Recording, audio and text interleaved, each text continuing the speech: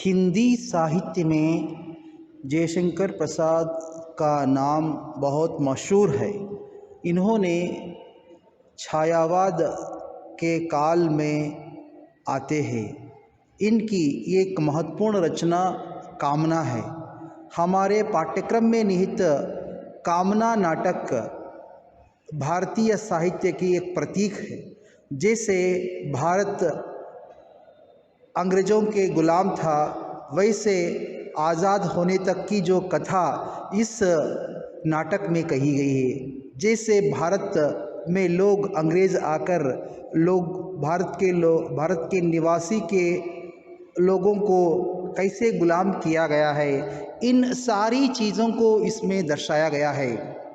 और साथ जो आगे कालांतर में कई सारे संघर्ष लड़ाई के उपरांत भारत आज़ाद हुआ है। यही नाटक भारतीय संस्कृति, भारतीय स्वतंत्रता संग्राम को आधार बनाकर लिखा गया नाटक है। इस नाटक में कई सारे जो पहलुओं को दर्शाया गया है, कैसे लालच देकर भारत के निवासी को गुलाम बनाया करते थे, इन सारी चीज़ों को इस कामना नाटक में दर्शाया गया है। जो नदी के उस पार से एक विलास नामक एक युवक आता है। आने के बाद इस द्वीप में वहाँ के लोग आपस में एक दूसरे से एक परिवार की तरह रिश्ता निभाकर ज़िंदगी गुजार रहे थे। लेकिन वे आने के बाद उन लोगों में यहाँ की संपत्ति को देखकर उससे लालच में आकर लोगों को बहकाकर उनको गलत रास्ते पर लेकर आकर जो शराब और औरत की लालच नशा दिखाकर उनको बहकाकर जो गुलाम बना लेता है। और आगे भारत के निवासी लोग समझ जाते हैं क्या हम किस तरफ जा रहे हैं, अपनी गलती को एहसास करते हुए वे खुद अपने आप में लज्जित होते हैं। लज्जित होने के बाद लोग अब उससे बचने के लिए कोशिश करते हैं और जो इस विलास को इस द्वीप से जैसे नदी के पार से आया था उसी तरह उस नदी के पार जाने के लिए मजबूर करते हैं।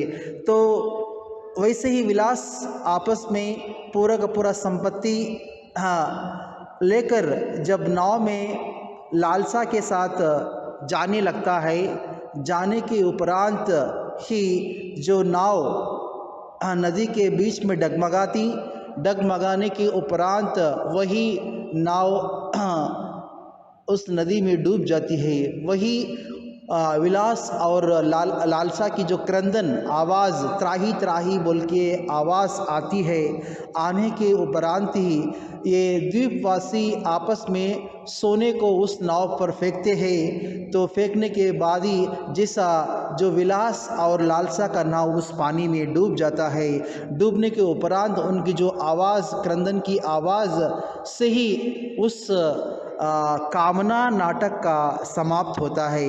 तो इस कामना नाटक का उद्देश्य एक ही है। जैसे भारत के निवासी तो भारत को सोने की चिड़िया कहा करते थे, तो यहाँ के जो निवासी लोग जितने प्यार मोहब्बत में एक ममता एक परिवार की तरह वसुधैव कुटुंबकम की तरह ज़िंदगी जी रहे थे, लेकिन दूसरे द्वीप के लोग आकर कैसे इस भारत के लोगों को गुलाम बनाया, कैसे वे लोग आपस में अपने आप समझकर उनको कैसे इस देश से दूर किया है, इन सारी चीज़ों को इस कामना नाटक के माध्यम से दर्शाया गया है।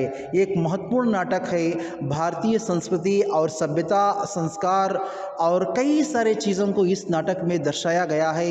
एक महत्वपूर्ण नाटक के रूप में हिंदी में इनका नाम स्थान है। और जयशंकर प्रसाद ख़ास तौर से ऐतिहासिक नाटकों के लिए मशहूर है। इन्होंने जितने भी जो नाटक लिखा है, जो इतिहास से जुड़े हुए नाटकों को इन्होंने दर्शाया गया है। इतिहास के नाटक, इतिहास कोई ना कोई एक चरित्र को लेकर इन्होंने जो नाटक लिखा है, तो यही भी एक ऐतिहासिक नाटक के रूप में जो दर्शाया गया है कामना नाटक। तो कामना नाटक बहुत ही महत्वपूर्ण नाटक है। एक कई सारे पहलुओं को, समकालीन पहलुओं को भी इसमें दर्शाया गया है। आगे इसके बारे में सोच विचार करेंगे। धन्यवाद।